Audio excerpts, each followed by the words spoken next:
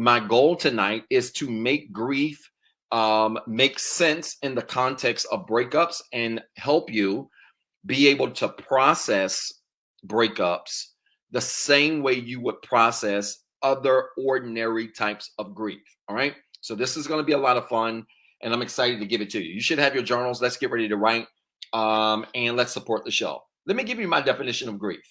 You already know how I do this. I always give custom definitions, not because I'm trying to be the smartest guy in the room, but I do it because a lot of this stuff is written in very complex ways. It's explained in complex ways. And my gift is in taking the complex and making it simple. Thus, the analogies, that's the way we teach. So I always do custom definitions so that things make sense. Here's my definition of grief. I want you to record it, put it in your journal, put it in the comments. You want to be the smartest person at the water cooler all week. Record this. Grief. My definition is this. Grief is deep sorrow that is the response to an event that has produced loss. Record it. Deep grief is deep sorrow that is the response to an event that has produced loss. Grief, as I see it, in a very simple way to understand, grief is deep sorrow that is the response to an event that has produced loss.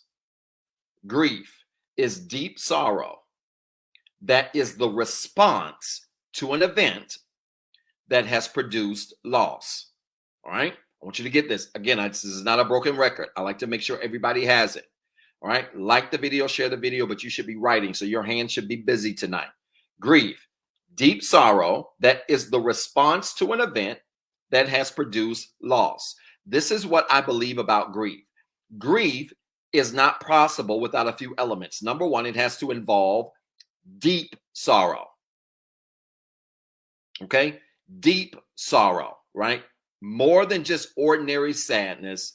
It has to involve deep sorrow, which is, how would you define deep sorrow? I would define deep sorrow as sorrow that impacts you mentally, emotionally, and maybe in some contexts, spiritually. Okay. Deep sorrow, you can look at deep sorrow as something that impacts you mentally. Thank you, Greg Carthen. I appreciate the love, brother. Deep sorrow is something that impacts you mentally, emotionally, and spiritually, right? If you're new to this, if this is your first time tuning in, you may not know the 5 areas of healing that I teach, that I base my work in. Those 5 areas are mental, emotional, spiritual, physical, and financial. Mental, emotional, spiritual, physical, financial. Okay? But I see grief as something that impacts you initially, mentally, emotionally, and perhaps spiritually. Now, some of you may be saying, well, Doc, it can also get you physically. We'll deal with that when we get with the stages of grief. I don't believe that grief initially has a physical impact. I think a physical impact then becomes the reverberation of what has happened mentally, emotionally, and spiritually. Grief doesn't hit you first physically. Grief first hits you mentally, emotionally, and spiritually, and then the net result of it might be physical implications. It could even be financial implications. When you grieve, you do things like binge shop. You do things like binge eat. You do things like unnecessary spending. Those are all impacts or results, net results of grief. But grief doesn't hit you and then you automatically go to the mall. Doesn't work that way, right? Grief doesn't automatically hit you first physically. Those things tend to be byproducts of experiencing grief. Does that make sense? Right? And so it doesn't mean that those of you that are thinking maybe physical or financial, that you're wrong. I'm just suggesting to you that when grief does come first, it tends to hit us mentally, emotionally, and spiritually first. Right? Does that make sense? All right. And so grief has to involve a number of things. Number one, it has to involve deep sorrow, right? Thank you, Ty, for the first salad. I appreciate you so much. Ty Robinson. Y'all support the show. I hadn't been talking in a couple of days, and I felt like my voice was going out today. And I only had 1 day off. Like, it's just wild. But anyway, grief involves a number of things. Number one, deep sorrow. Number two, grief is also a response, right? And notice I'm going back to the definition, right? Moderators, if you would just copy and paste that definition back in the comments again. so that people that are tuning in can see it. Grief, again, my definition: deep sorrow that is the response to an event that has produced loss. So it has three phases. Number one, it's deep sorrow, right? Number two, it is the response to an event, right? So grief is always a response. This is important. Grief is always a response. Grief is never unprovoked. This is going to be so good. Grief is always a response, and it is never unprovoked. Hear me out. Grief is always a response. It's never unprovoked. Now, what you are probably thinking about that might be unprovoked, that feels like grief, is what many people refer to as depression. Are y'all with me? I'm trying to make this as plain as I can, right? When you are depressed, and especially if you are clinically diagnosed as depressed, you may see depression as something that is unprovoked. Grief, though, is always provoked by an event. It is never something that happens in a silo, unprovoked, uninduced by something else. This is important. So anytime we have grief, it is always the byproduct of an event. Okay, so when I'm working with my clients who are, thank you, raising a little girl gang, and kudos to you for raising a little girl gang. I know how it is raising young kids. It will be available, IG subscription, as well as Patreon. Okay, when I'm working with my clients through grief, I try to get them to understand that grief just doesn't happen in a silo. When a person says, "Doc, I'm grieving, I feel grief," we've got to peel the onion back to get to the thing that's causing it. And until you do, you might call grief depression. And we're going to deal with depression as we get into the stages of grief tonight, and talk about this. But I need you to know that grief is always a response, which means the easiest way to attack grief, y'all, this is salad worthy already. Y'all going slow. The easiest way to attack and correct grief is to deal with the event. And I want to say this for all of you that like to run away from problems, all of you that like to run away from problems, all of you that don't like to have hard conversations, all of you that struggle with addressing things head on, there's no way you can get over grief or the mental, emotional, or spiritual response to an event if you are not willing to confront it. You have to be willing to confront what it is, the event that has caused the grief. And I'll tell you what people tend to do. People tend to work on the grief and ignore the event. People tend to work on the grief and ignore the event, right? So they don't want to look in the casket and see what died. They want to just deal with how they feel about what's in the casket. I need y'all to listen to me. I'll tell you something, and this may be a gruesome way to kind of teach this, but we're going to talk a lot about death tonight, because death is just one of those things that makes explaining grief very easy. One of the what I believe is one of the values, if you've ever been to a funeral in the West, America, a Western traditional funeral that has a casket that may be open, one of the benefits of viewing a dead body that is in a casket, that the casket is open, is not to gross you out, but that body in that casket is presenting grief to you. And one of the ways to deal with the feelings of sorrow that you have is to address the thing that you've lost. You can correct how you feel by addressing what you lost. Y'all are supporting too slow. I'm about to slow down the nuggets. Record it. You're gonna be the smartest person at the water cooler all week. You can address how you feel by addressing what you lost. Which is why for those of you that want to go to counseling, therapy, coaching, and all you want to do is just talk about your feelings all day, I'm here to tell you you're going to be wasting your money and your time. Yes, you can get some leeway in talking about how you feel. That's great. Everybody should have an outlet to talk about how you feel. But talking about how you feel ain't going to necessarily correct your grief. Sometimes you've got to be willing to look in the casket, to look at what you lost so you can address how you feel. Good question, Nicole. Doc, is your context only loss as it relates to physical death or other forms of loss? No, all forms of loss, Nicole. That's a great question. I'm using death really as a metaphor to explain it, because death really is a good symbolic metaphor that explains grief across all gamuts, whether losing a career, a mate, a job, a home, doesn't matter, okay? That's a great question, Nicole. I appreciate you asking that, all right? So death is really a good metaphor to help it make sense. But listen, y'all, you're not going to address how you feel without first addressing what you lost. And a lot of you are afraid to look in the casket, but you want how you feel to get better.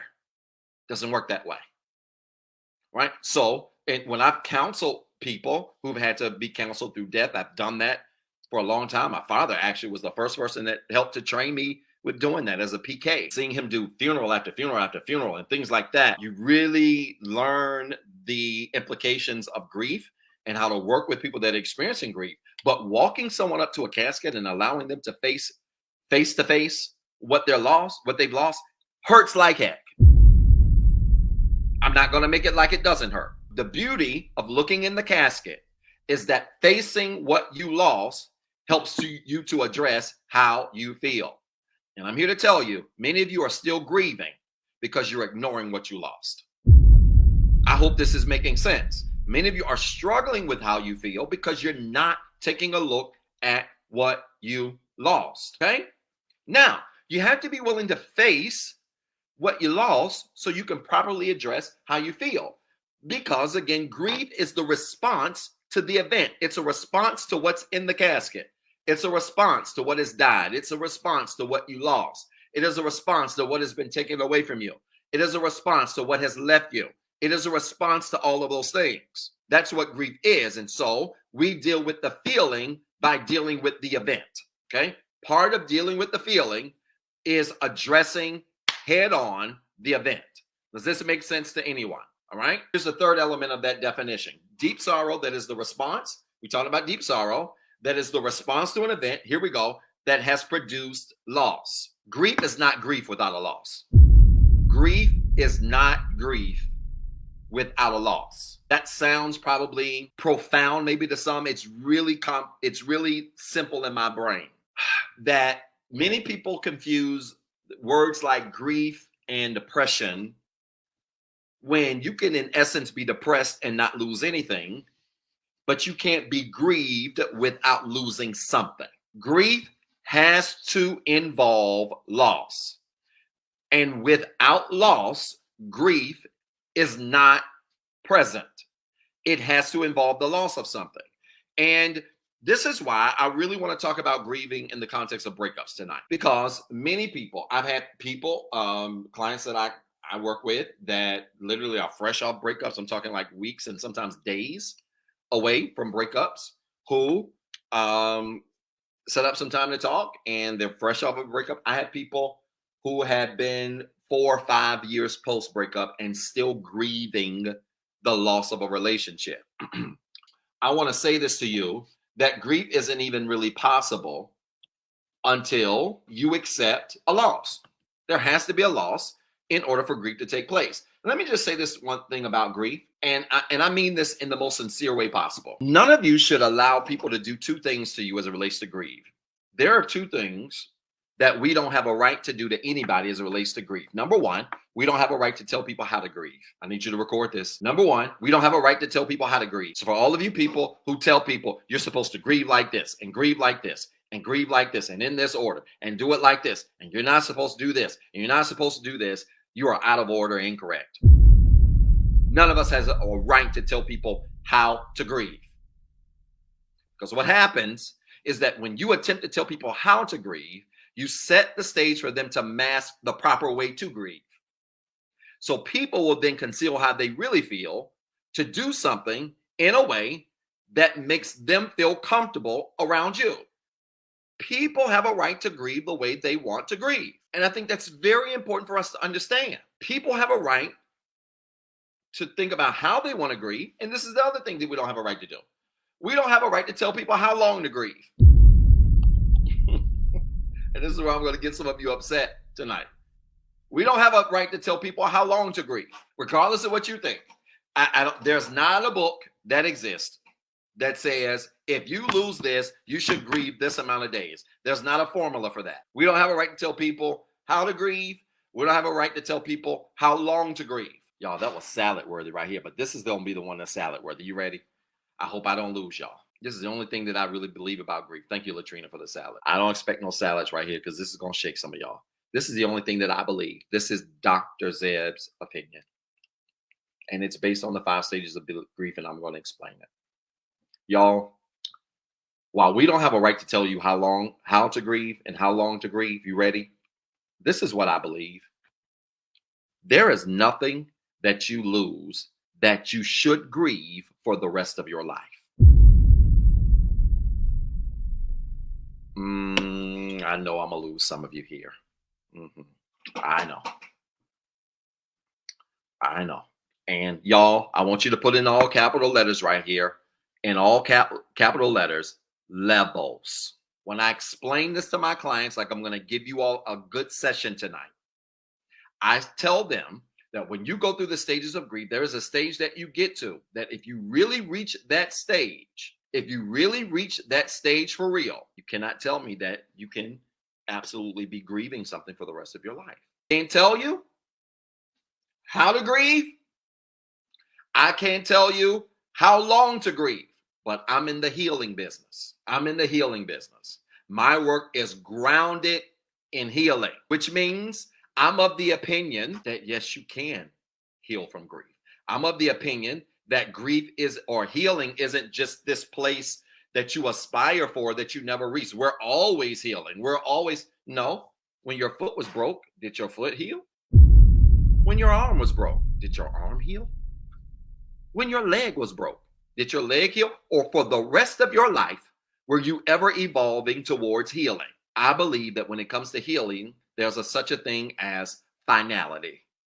Would you record that? When it comes to healing, there is a thing called finality. And in fact, you get to a place where the work is finished. As it relates to grieving, as it relates to healing, as it relates to your journey. Yes, you're ever evolving and growing. Yes, you're always striving for more and striving to go higher and things like that, without a doubt. But I'm here to tell you, there is a place where you reach called finality when it comes to healing.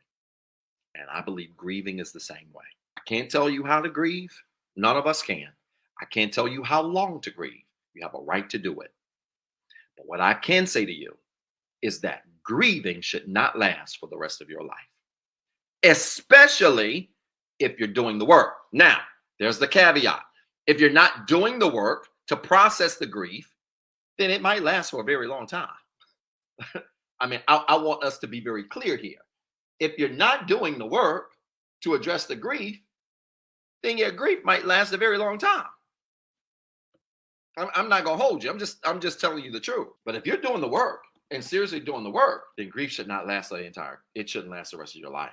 Listen, y'all, I hope this made sense. If it did, I want you to type church in the comments with 3 R's. And then I want you to remember you've got 2 jobs. 1, be better today than what you were yesterday. And 2, don't forget what I told you.